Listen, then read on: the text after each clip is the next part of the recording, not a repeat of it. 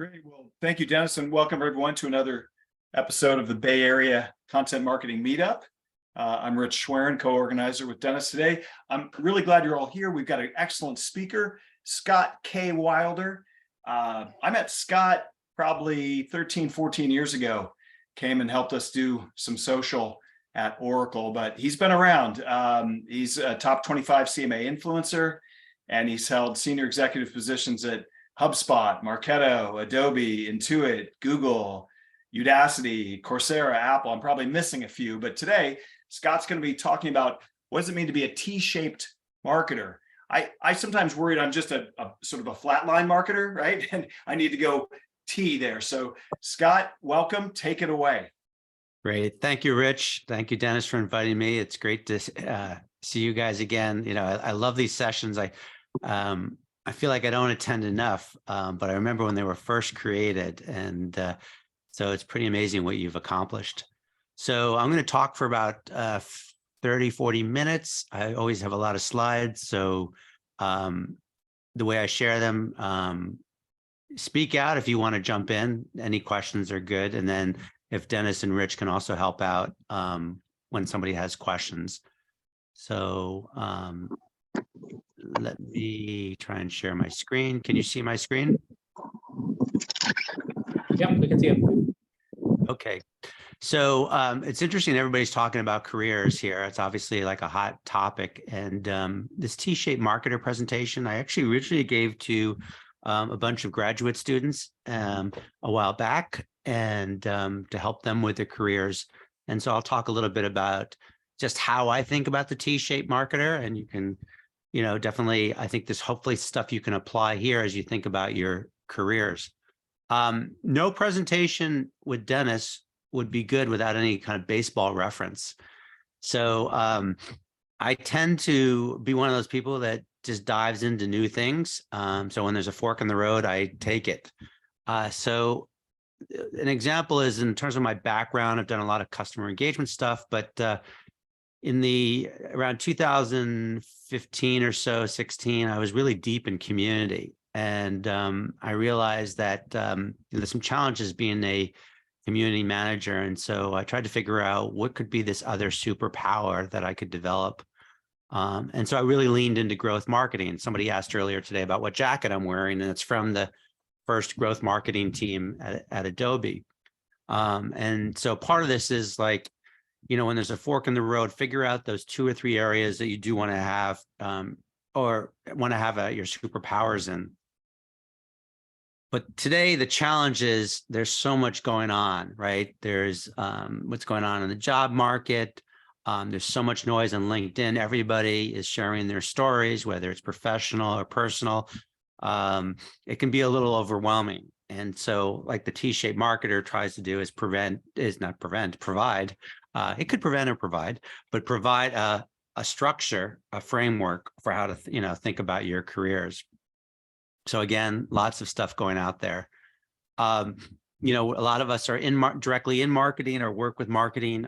You know, marketing continues to grow. It's kind of changing a little bit in some respects, moving. You know, if you think about weighting it, and these are just like Wilder numbers, not industry numbers, like the companies I was in, probably 70% of the resources went to acquisition, 30% into retention. And now that's kind of balancing out more. So I'm going to talk about the T-shaped marketer. And again, this is like a framework, but also how you really define what you're, you know, how to leverage the T-shaped marketer. But before I do that, there's all sorts of terms, you know, that's funny. Like Rich was talking in the beginning, maybe he said he's, you know, kind of that flat line there. So he's a generalist. You can be the I-shaped where you really go deep in one thing, or the T-shaped marketer. And what that really is horizontally across the top is that broad experience you have and how you accumulate knowledge. You know, it could be in the classroom, it could be real world, it could be experiential. And then the bottom part of the T, the vertical part, is really your superpowers, or those 2 or 3 skills you really want to develop. And, you know, I'm a big believer that before you can really develop those skills, you need to like look at certain things. You need to look at like, what you're comfortable doing, or or what you want to learn, and things like that. So a lot of this discussion today is going to focus on, not my descript thing there. It's going to focus on how to really think about that horizontal part, like how to kind of flesh it out and determine what's important in terms of your career. And I think, even though this was originally given to graduate students, I think, those folks who are looking for jobs, it's a great time to reset and rethink things. And so, just a really good example is I'm also in the process of changing jobs. You are the first to hear publicly. But as I was thinking about what I want to do next, I actually use this framework to figure out what's important to me, and to keep I think it's really important to kind of step back and figure out where are you going to be happy, what's going to pay the bills, whatever you're trying to solve for. And so when you think about the horizontal part at the top, I basically break it down into these 5 different areas to think about life, what's important for you in terms of what you've done in the past or extracurricular activities, what interests you have, the foundation you need to go deep in a certain area, trends, what are the trends, and Chat GPT we talked about in the beginning. So that's, obviously an emerging trend. And, I just was posting something on LinkedIn today. I was reading a really good article in the Wall Street Journal about how that Chat GPT will affect hiring at Kraft, the company Kraft. And then, what do you need to do to prepare, right? So if it's Chat GPT, what skills do you need to acquire? I'm going to spend the most time on number 1. And so I think here it's really important to figure out what you're passionate about. And for me, I use the past as a guide, right? So I don't play girls soccer, women's soccer, but I coached women's soccer. I've done some volunteer work, music, etc. So really figuring out what in the past has really made you passionate. Okay, well, that sounds great. I guess you can take out a piece of paper and pencil and write that down. But I use this exercise called the journey map. And the journey map, actually, I learned at Intuit. And Intuit has influenced, I would say, my professional DNA more than any of the other companies that I worked at that Rich mentioned earlier. And they use it really to help you become a better leader, how to work on teamwork. And so the journey map, the structure here is you're mapping out your years, as you can see. And you're also saying, okay, at what points did I feel really good about my job or what I was doing, that I had the most energy? When are you smiling the most versus frowning the most? And so then I started mapping out all these different events in my life. And above the line there, above the horizontal line, you can see that these are all these different events that have happened in my life. When I was doing, a captain of a sports team, I was living overseas, I went to graduate school, and underneath there's all the drama, the difficult times in my life, knee injuries, bad breakup, all these things. And you're probably saying, okay, well, this is a lot of personal stuff, but I think the personal stuff can really provide a guide for what's going to make you happy in your professional life. And so the next thing I did is really map out themes. So what themes appeared? I like to focus on this one first. I got a great job as a paralegal at a law firm, and I hated it. So I swore I would never be, when they wanted me to come back the following year, I said, I hate law. I'm never going to be a lawyer. So if anybody's a lawyer here, I apologize. But the things that made me the happiest was being on teams and trying to play a leadership role. I love international stuff. At graduate school, I did a lot of negotiation stuff. And so, I'm really highlighting all the different themes in my life. And I use this also, I think, as you get older, it's also good to kind of go back and reflect on this. So again, some of the themes that came out there was living overseas. I discovered technology. I call it out there of early Apple user. I love school and teamwork. And so I do a lot of last night, I was telling somebody I was coaching some Columbia grad students. And that's me and Dennis there playing baseball. You can guess, try and figure out who's coaching who, but I'm a baseball fanatic and sports. So those themes were really important to me. And so as I think about that, number 1, what's important to me in life, teamwork, technology, business. And so these are themes that I'm going to use to help eventually figure out where I should focus deeper. The next thing is interests. So as Steve Jobs says, technology alone is not enough. It's how it gets married with liberal arts, humanities, and that yield results that make our hearts sing. And so I went to way too many schools, but in those experiences, I definitely I have a bias towards liberal arts. But the one on the right is really interesting. So that was something called transpersonal psychology. And that was really figuring out how Western psychology matches or works with Eastern philosophy. And so a lot of what I do in my work with my teams is try and be more mindful, be more reflective, and things like that, and really tie it to my work. But you have to find the opportunity in a job to be able to do that, right? You might have a manager who says, like, I don't like any of that warm and fuzzy stuff. Don't talk about that. You can also figure out, like, in terms of areas of interest, like what else is important to you? Do you want a job that you're going to travel? Certainly remote work is a big theme today, and some companies demand that you're in the office, and some demand that you travel to commute and things like that. So when you're looking for jobs, or thinking about what you're going to do, is looking at the fine print of what that requirement is in terms of commuting and traveling and stuff like that. So figuring out those areas of interest. And again, mine here, there's themes coming on here of, like, I like to be in these situations of negotiation. I like technology. So again, I highlight those in terms of the top part of the T. The third part is foundation. And I'm just going to stop for a second and see if any questions so far. Okay. So foundation. So now we're talking about, like, marketing. So where do you really need to develop a foundation, or even be aware? Like, a lot of us, there's this argument or this debate about, should you be a generalist or a specialist? And the T-shaped is saying, well, you should have, knowledge in these general areas, but eventually you're going to specialize. And so these are just some examples of general marketing areas. And I guess I should add ChatGPT there now, right? Because it's top of mind. So how do you choose? Scott Brinker created this landscape. Every time, every year it gets bigger and bigger, and there's more themes and more companies. And so, when I manage teams or I work with individuals, I tell them to select one of these islands and to figure out, like, which island do they want to be on, which one or two islands. You can't really see it here, but the islands can be different themes around performance marketing or SEO. And, you can develop your superpowers by really understanding not all the players in those spaces, but some of them.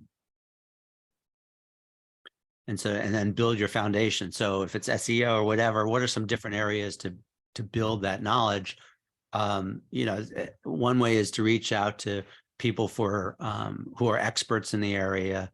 Another way is to do a MOOC or take an online course. Another one is to read a book. It's funny, in my new job, which I'll officially announce next week, I'm going to be moving from marketing to customer success. So because I'm such a student of, or try to be a student, I should say, is I got all these books on customer success just to make sure. And I lined up all the bloggers that I want to follow in terms of customer success, so I can keep track of trends. And certainly if content marketing is one of my areas, I'll be calling Dennis and saying, what else can I do besides use his newsletter? And then the CLG campus is something I've been involved in, which is a kind of an industry-wide resource for people in customer-facing jobs. So the foundation. So I looked at did a reflection on life. I've done in terms of where I've had the most energy. I've looked at different areas of interest and figured out where I want to build a foundation. And these are just examples. It could be in e-commerce, it could be in A/B testing, or it just could be in research, right? A lot of us are in the content space, but sometimes when you're in content space, you work really closely with research teams. It's funny, growing up, I liked hockey more than baseball. So I have a Wayne Gretzky quote there about anticipating, where trends are going to be, so that you can bring that knowledge to an interview, or you can bring that knowledge to your company or to your team. So really trying to identify where trends are going to happen or what trends are coming up. How to do that? There's many different ways. I mean, if you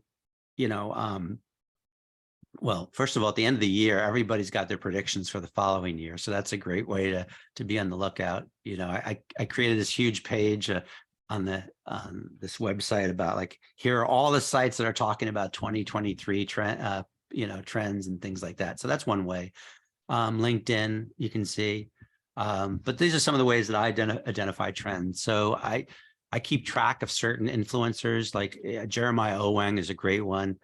He writes a lot of great stuff about emerging trends, and he seems to be, on top. He identifies a new trend, whether it's the metaverse, whether it's VR, whether it's ChatGPT, and then he'll write a lot about that.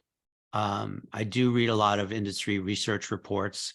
They're sometimes easier to do that when you're in a company and they subscribe to it, but there's a lot, Forrester, for example, has a lot of free type of content with their blog. Google Trends is a great tool. So I'm always playing around with Google Trends. Number 4, certain RSS feeds you can set up or subscribe into emails.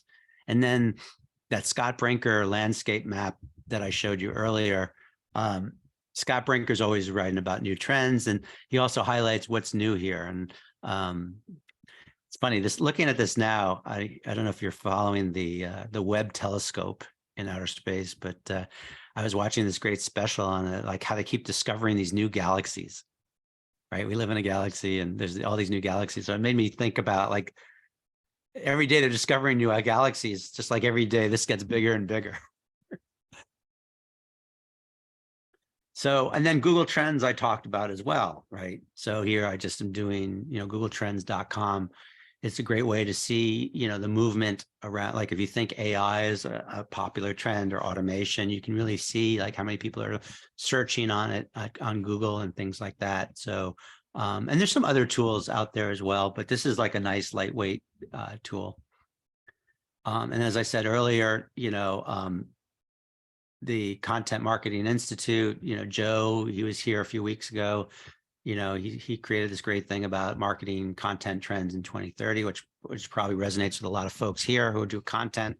And then I also made a reference to Scott Brinker. But you can also just Google search on these topics as well. So again, another part of identifying what's important in terms of like the horizontal part of this is figuring out trends. So life activities, interests, foundation, and trends. And then the last one is, what skills do you want to become an expert in? Now, Malcolm Gladwell made famous about how you have to put 10,000 hours into something. If you have 2 kids, my kids are 12 and 13, and you tell them they have to spend 417 days to become an expert in something, it's pretty discouraging, especially for my son who wants to be a third baseman. And I basically told him it's going to take 9 years. So, but I think the key point here is like, once you identify these skills and trends, skills that you want to like become proficient in, it takes time, it really does. And figuring out like, how are you going to dedicate that time? Is it like an hour every day or whatever? I try and tend, like, let's just say you want to be an expert in ChatGPT. I basically earmark a half hour every day of just doing research on what people are doing, learning new prompts.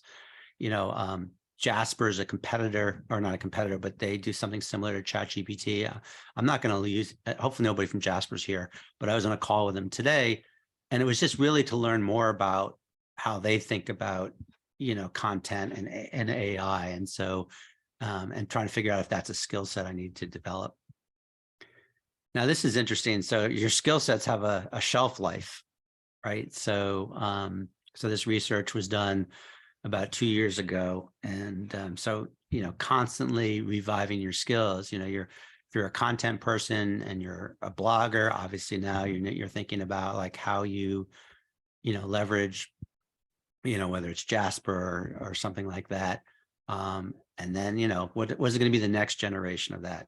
It's really interesting. Like 2 or 3 years ago, I leaned heavily into voice. Now, voice hasn't really taken off. When I say voice, like voice activated applications, voice like Alexa and all that, it hasn't really taken off the way I thought it would. But I still I put a lot of time into it. So that's also one of those skill sets that I'm constantly reading about, because I do believe voice will come back. Okay, so develop your skills, and kind of a playbook here for that one is, trust your instincts in terms of like, hey, this is something I might be interested in. Research it, try and identify trends. If you're looking for a job, it's a great time to get your foot in the door by, some sort of apprenticeship, things like that. A few people have reached out to me from doing apprenticeships. Project-based learning is great. So give yourself a project. So 2 years ago, the project I gave myself was, I don't know if you guys know, do you guys know Hint Water? The water Hint? Yeah. So Kara, who ran, who was the founder and CEO of that, I reached out to her and said, I like a project. I'd like to take your content and put it on Alexa. And, that was a project that I gave myself so I could learn how to do that. She gets benefits from it. And then, she hopefully will say, hey, Scott, help me in this project. Immerse yourself. Groups like this are great, right? Like to learn about content. And then, find a few mentors or guides. There was a woman who worked for me who did customer education. And, we had a really frank conversation where at that time, I didn't have a lot of experience in that area and she wanted to go deep in it. So I found her somebody at Adobe who I had worked with, who became like her mentor in customer education. So these are just different ways to develop your skills. Like, so if you identify, whether it's ChatGPT or something else that you want to become, to develop as a superpower, this is one way to do that.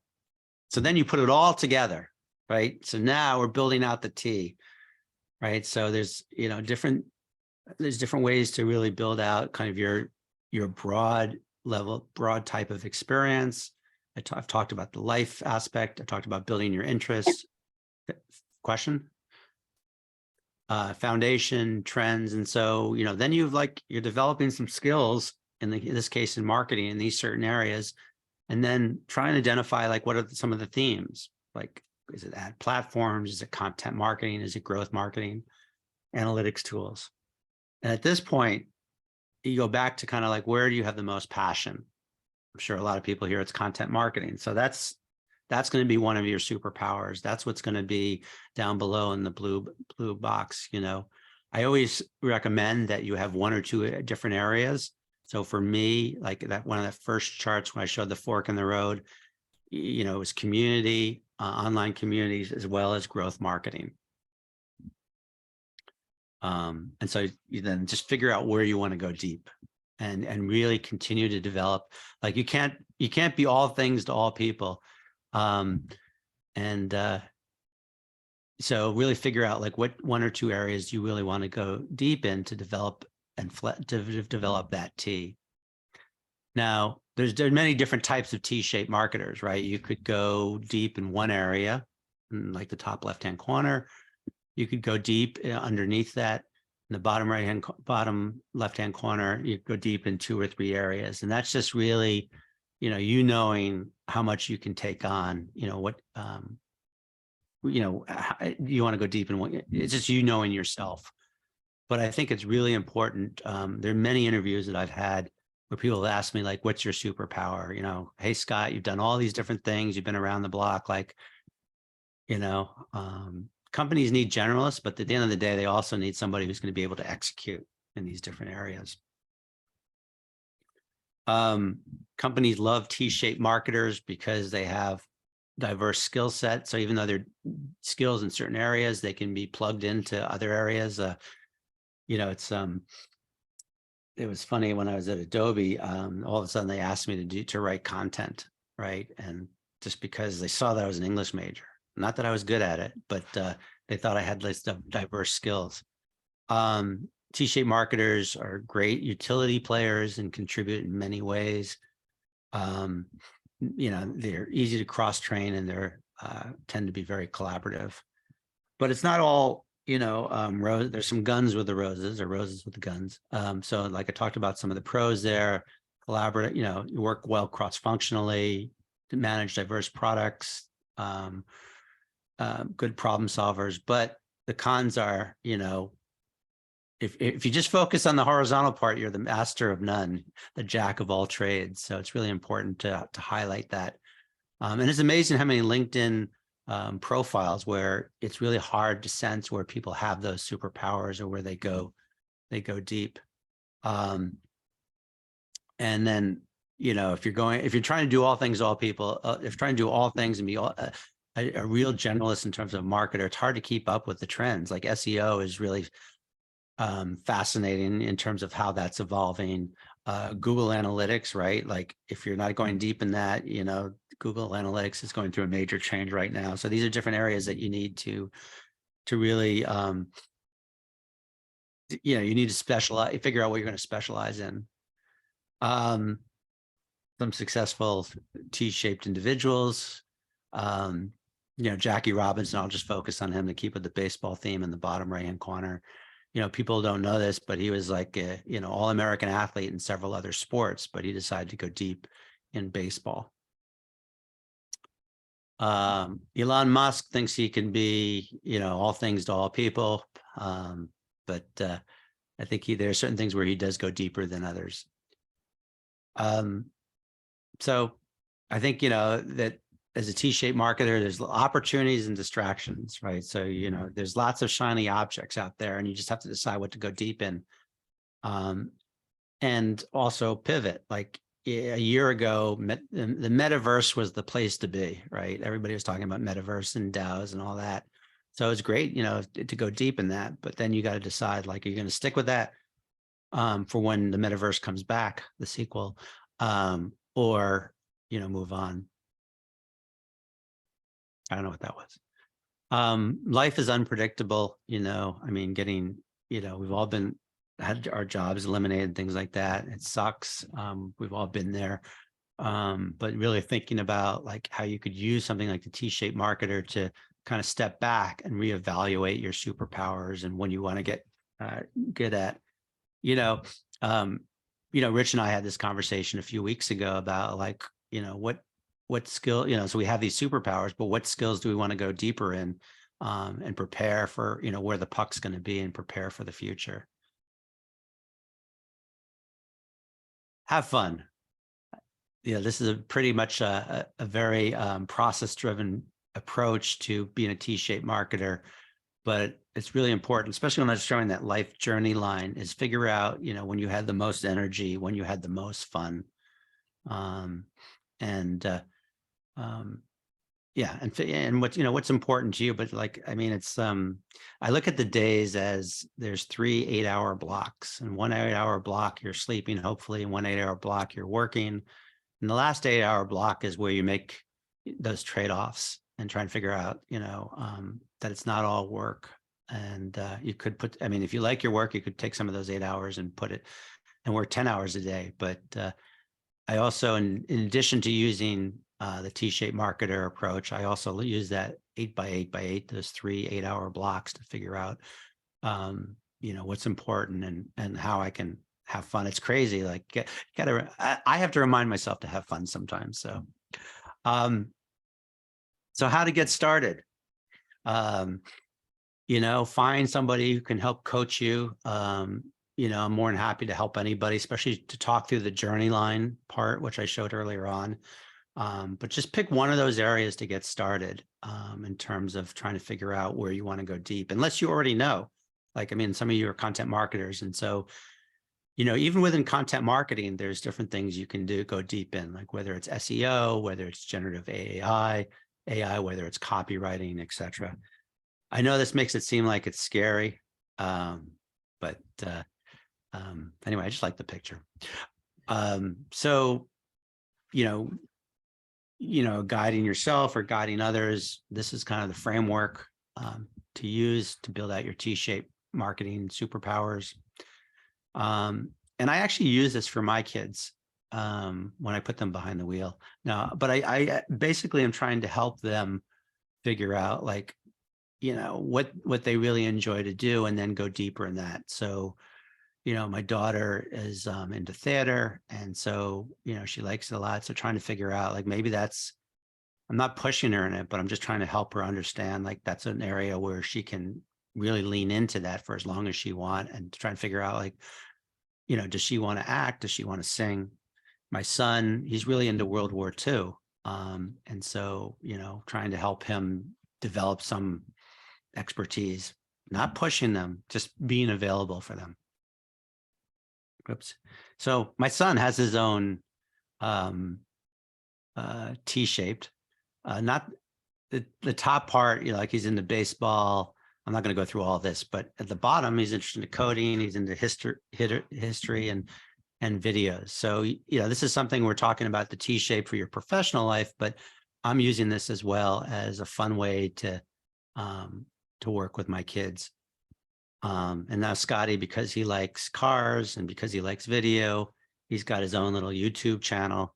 And I will not put the URL in there. If you're really interested, let me know. So that was it. I covered a lot there, but I really wanted to give you the opportunity to ask questions, and more than happy to share this presentation with you. I'll give the URL to, I'll just put it in the chat here in a second. So, hey, thank you so much, Scott. And I know we have plenty of time for questions. Folks, feel free to chime in on the chat. It's mostly been me, my ADD. I've just been peppering related reading and some links, including your LinkedIn. Scott's a great guy to connect with and consult with. We've had a number of good dialogues. I did see a couple questions in the chat. I'm going to scroll back to those and take them in order. And then also, you could also raise your hand on Zoom. But first chat I saw up above, I think it was from Kevin.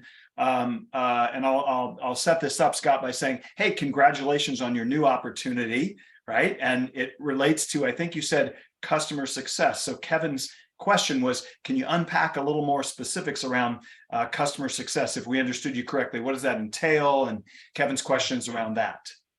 Yeah, so the context is our background. So I work at a company that markets to customer marketers, and we're very focused on customer marketers.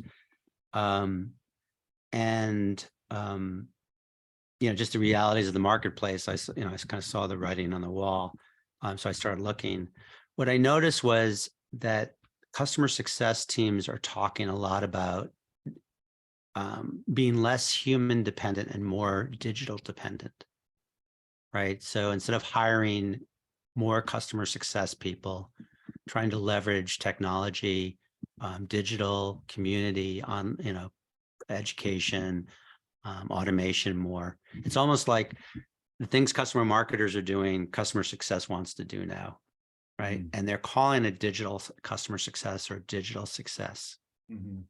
So while, in my current job, I thought about where, can I take my current skills, my current so-called powers, I won't say they're super, my current powers, and apply it to other roles. And that's, I noticed on LinkedIn that customer success was talking more about digital success, and I wanted to know what that meant. And when I started unpacking it, in the short term, it meant leveraging community, leveraging customer education, leveraging in-product communications. Those are all the things I'm doing as a customer marketer. Mm-hmm. The next generation of that would be for digital success, which is not talked about enough, is like predictive analytics, personalization.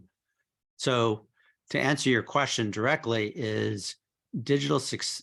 I looked at customer success because I saw it as a growing area and where the money is. When I saw this term digital success, I unpacked it and saw it was a lot of what I do. And basically, it's almost like I had to kind of repackage how I sell myself. And what was the other thing? And so I was really kind of, and then, and so the customer success teams are trying to figure out, like, they do a lot of one-to-one marketing. So they're trying to figure out how to be one-to-many or many-to-many. And so I really kind of leaned into that. I talked about themes and trends. So the company I'm going to be working for is in the revenue operations space. And so revenue operations is a growing area. And so I really, I took a lot of things we talked about and figured out, okay, I want to keep doing what I enjoy doing on a day-to-day basis. But then I also looked at the trends, which was digital success, which was money going to customer success, and was also to revenue operations. And I think that's really important. I don't know, I'm not a member of the content marketing tribe per se, but I am a member of the customer marketing tribe. And a lot of customer marketers are looking for jobs in technology as customer marketers. And there's so many other industries out there, so many other, I think there's, take what you've done and think about, is there another part of the organization that could leverage it? Like, I know a lot about community. It's interesting. At one point I was thinking about, well, maybe I help companies build out their communities for employees. And the hiring person for that is HR, learning and development, as opposed to customer marketing. Good. So I kind of took the same framework that I shared with you today and stepped back. Rich knows I was on vacation last week. I stepped back, not last vacation, but before that, and just said, okay, like, where are the opportunities? Good. And it's not easy. I'm not trying to make it sound like it's really easy. So, yeah. Oh, thanks, Scott. Before we get to the next question, Kevin, does that answer your question? Do you have a follow-up for Scott, or? Yeah, really quick, because I from in my at tech company, we also have customer success, right? But I thought it's more like sales organizations, but now I see that a lot of recruiters that are looking, they could pivot, right, to be doing sales, and customer success could be one of those, because like they may know the industry, the business, and myself, like, because I go through like interviews and I try to like learn different business, right? Because when you go interview, you learn about the company, about what they do. And it's really like resonate with your speech, your talk today. Like go do something, find your passion. So appreciate that. Thank you. Good. Thanks, Kevin. Moving next question sequentially in the chat. Mary Rose Wildfire, I think McGuire is the nickname. So Mary Rose asked question, I'm still stuck on AI. With the changing landscape with content marketing, how can we capitalize on what we can bring to the table as a human? What advantages can we focus on with our clients, C-suite, et cetera? So Scott, we can't do a meetup without talking about AI. Good question from Mary Rose. Mary Rose, I like your name. My daughter is Catherine Rose. So, yeah, I mean, AI is a reality. I think, Mary, you do content, is that?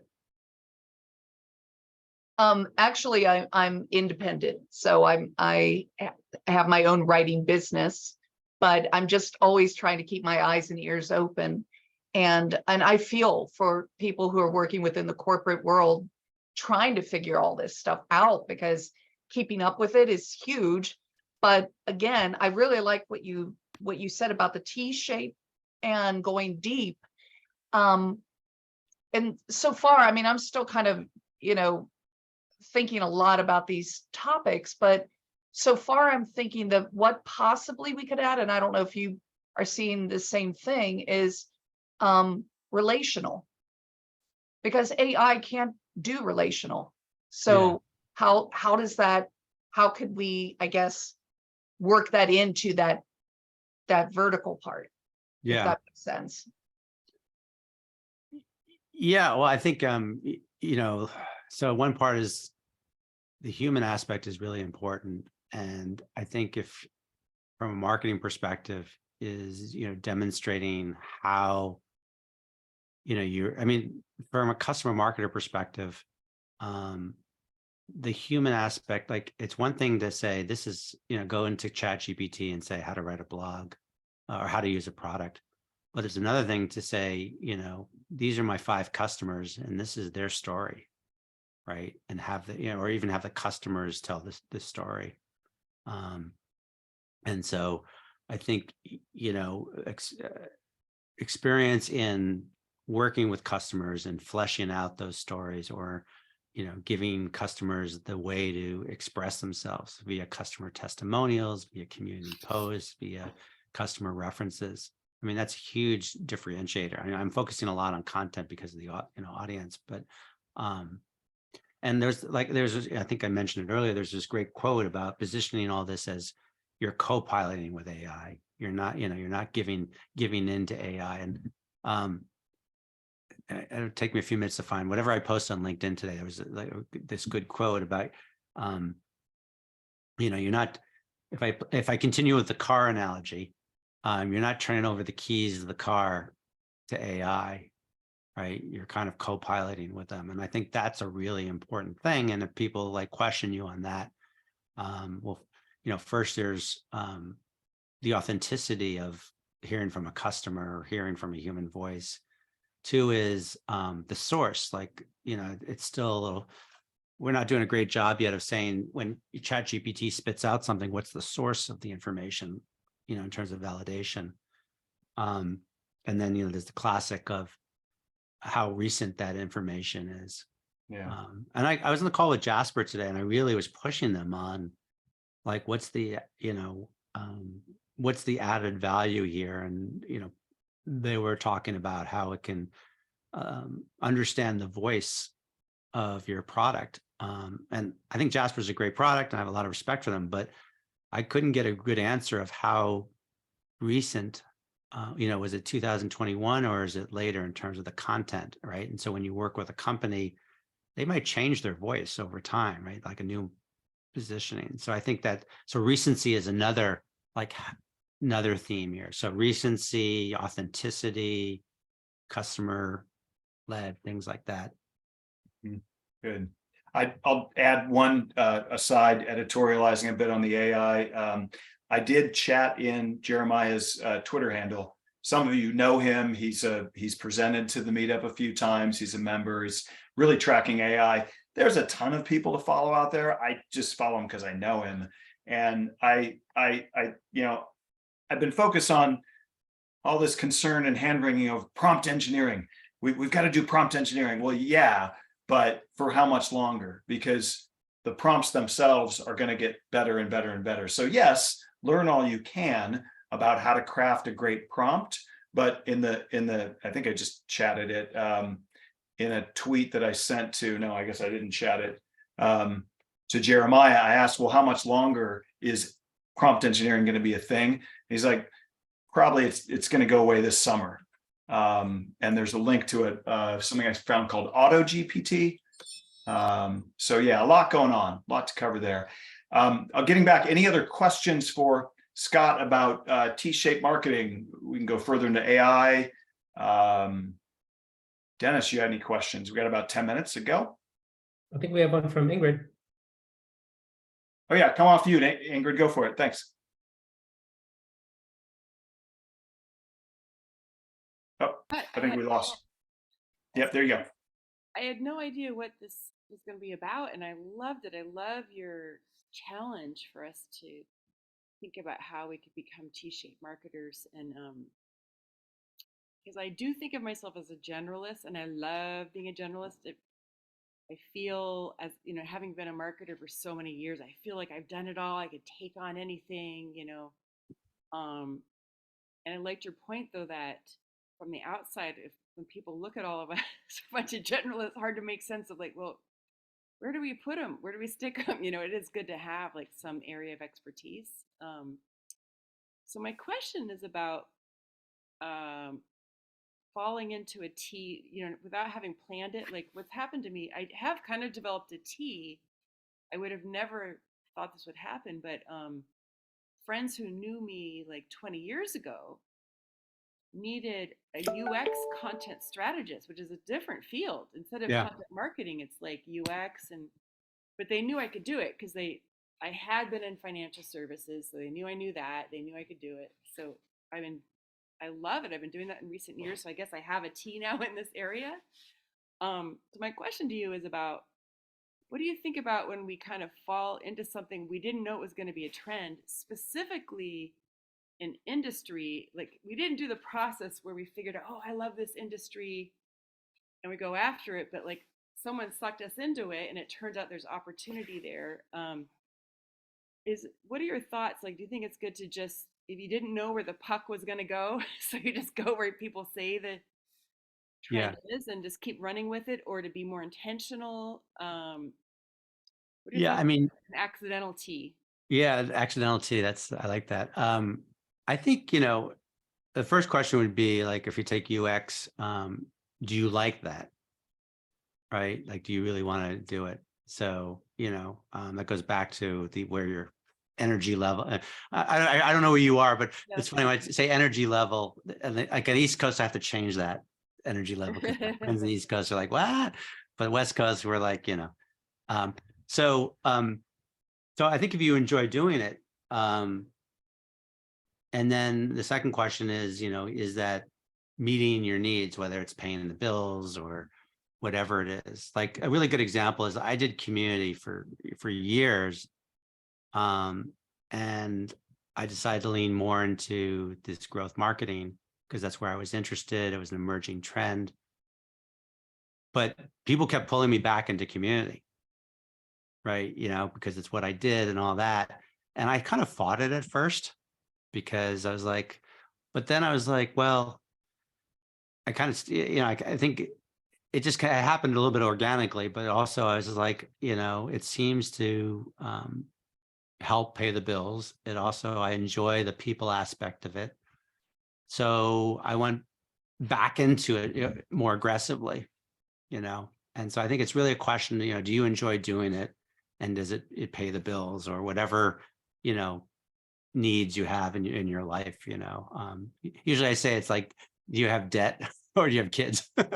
And so, and UX is interesting because it's kind of evolving a little bit into customer experience, and so that's there's also we can have a whole conversation about how UX is evolving, and then there's different platforms, or whether mobile is obviously there in terms of desktop, and then it's going to expand into whether it's metaverse or some device that you wear around your head or your eyes.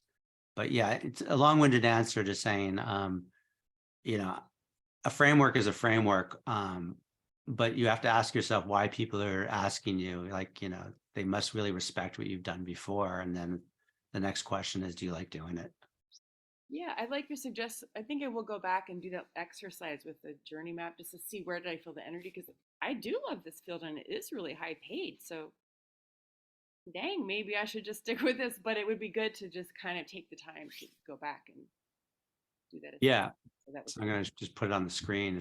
I'll give you a copy of this, but so this is an exercise that a lot of people at Intuit did in the around 2002 to 2015.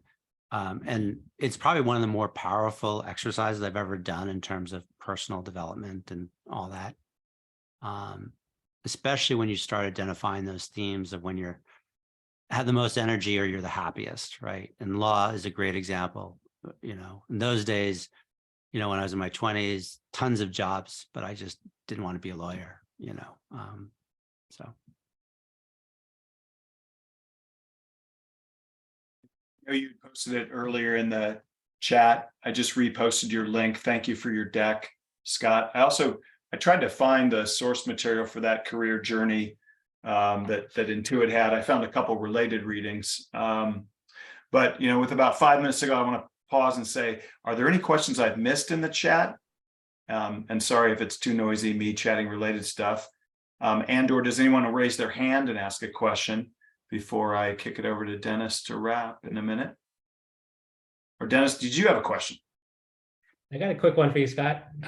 Great talk. I especially love the thing you did at Intuit, that personal journey map. That's wonderful. So I think there's some of us marketers that might not have heard this whole concept of the T-shaped. So if someone comes across this concept and they're like, I need to work on this, I need to build out my horizontal and then find my vertical. How would you think about, so they're like, they want to achieve this. How would they think about scheduling or prioritizing? Like, how do you work on which one? And like, how do you think about scheduling it all, the learning? So, there's other frameworks, but I would just, on that one slide where I have the 1, 2, 3, 4, 5, I would just start there in terms of, your Steve Jobs at his Stanford commencement speech talked about how he called himself a drop-in when he was at Reed University. He dropped out, but he sat in on classes, and he was in this calligraphy class.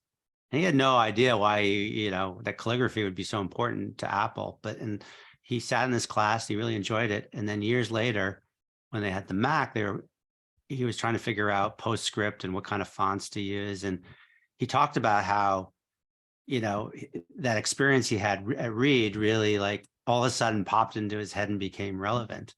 And I think when you go through those 5 steps, it could be 3, it doesn't have to be all 5. It kind of forces you to think about like learn from your past.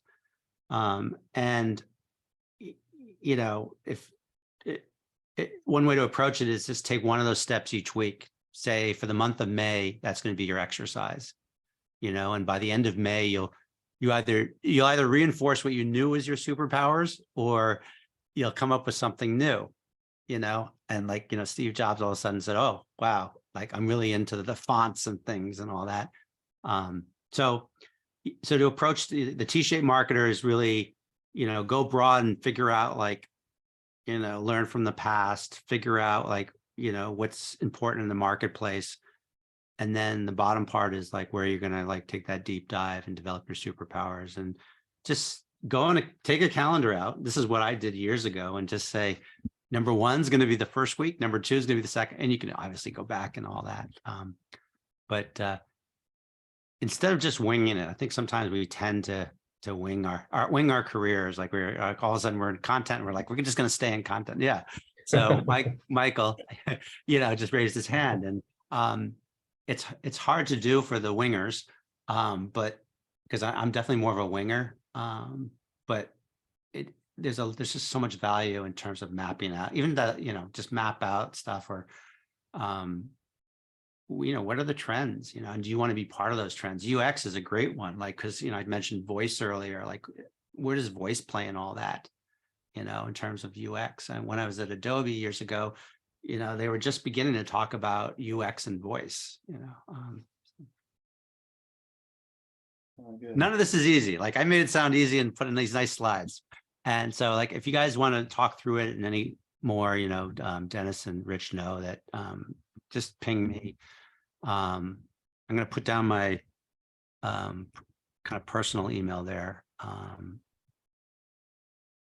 So You're sharing it are you putting on the chat? Yeah. There's a lot of noise on the chat. And when are you going to reveal your next opportunity? You said you're not going to announce it yet, but is it a matter of days or? Yeah, I start in 2 weeks or so. So yeah, just because I'm sharing this all with you, but not even like everybody in the company I'm at knows that I'm leaving. So sometimes these other things don't work perfectly sequentially or whatever, but I think, I mean, I've been there, we've all been there in terms of like, changing jobs or career change. And yeah. And I look at it as obviously I always go back to the debt issue. There's money issue involved here because you got to find a job, but it's also a great opportunity to just kind of step back and think about, do you want to lean into your current superpowers or others? So we're at time. Mike, is it real quick? I see your hand up. Go real quick. No? Yeah, don't worry, but we'll talk another time. Thanks, Scott. You can link in with Scott if you aren't already. And then Dennis, do you want to close us out? And Yeah. Thank you, Scott, by the way. Thank you. Yes, Scott, thanks so much for the presentation. Rich, thank you for moderating. We're back next week. So a week from today, same time, we have a pretty interesting talk. I think it builds well off of Scott's life journey map and figuring out what you enjoy in life. So we have Carlos Hidalgo, who used to run a company called the Nuitas. So he's pretty well known in sales and marketing circles. He's going to talk, the title is Fulfillment, Contentment, and Joy, Designing a Life You Love to Live. So it's not about marketing, but I think it's an important topic. Carlos wrote a book called The Un-American Dream. So I think he came to a realization that working 80-hour weeks and killing yourself to meet your numbers might not be the best way to go through life. So you'll find that event on our meetup page. Thanks for attending, and we'll talk to you soon. Everybody. Take care. Thank you.